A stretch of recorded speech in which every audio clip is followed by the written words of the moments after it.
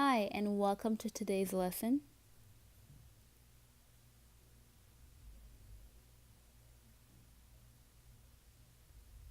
Algebra 1, Unit 1, Introduction to Expressions and Equations.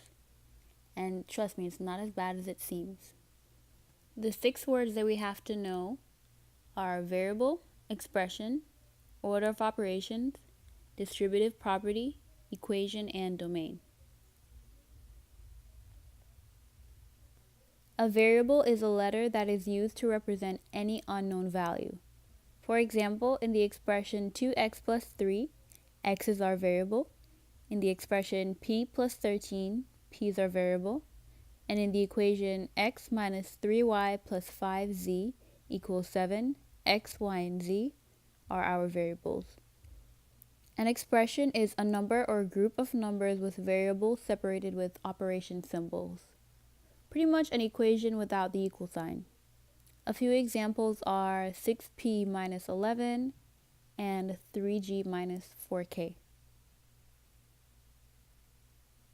Order of operations are rules to follow when evaluating an expression or solving an equation. It goes parentheses, then exponents, then multiplication, then division, addition, and subtraction. Please excuse my dear Aunt Sally is often used to remember it. I put multiplication and division and addition and subtraction in parentheses to show that you do the operation that comes first. For example, 9 plus 2 is equal to 11, then we'd subtract 1 and get 10. 6 minus 2 is 4, and then we add 1, we get 5. This is not equal to 3. We would not add 2 and 1 first and then subtract 6 or anything else. We would have to do it in the order that we see.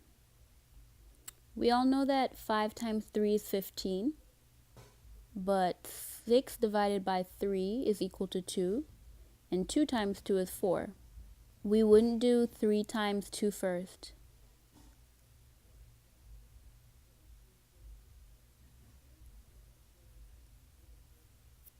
Distributive property means multiplying what is on the outside of the parentheses with all the terms inside the parentheses.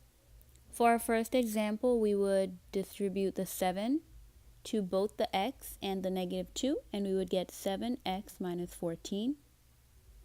For our second example, we would distribute the a to both the b and the c, and we would get ab plus ac. And for the last one, we would distribute the 2 to both terms, and we would get 6x plus 10y. The easiest way to describe an equation would be to describe it as two expressions of the same value with an equal sign. For example, 6y plus x is equal to 4. That's an equation. And there are many types of equations. There are linear equations, absolute value, quadratic, logarithmic, exponential, and the list goes on. But the main ones that you have to know are linear equations and absolute value equations. This first one is a graph of a linear equation. It's a straight line. And the second one is the graph of an absolute value equation. It's shaped like a V.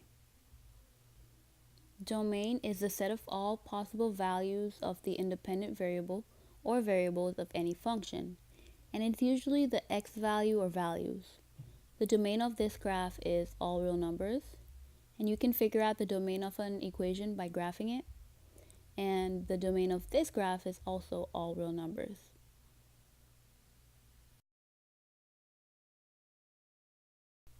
That concludes today's lesson. Thank you for watching. Comment with questions, like, share, and subscribe. Bye.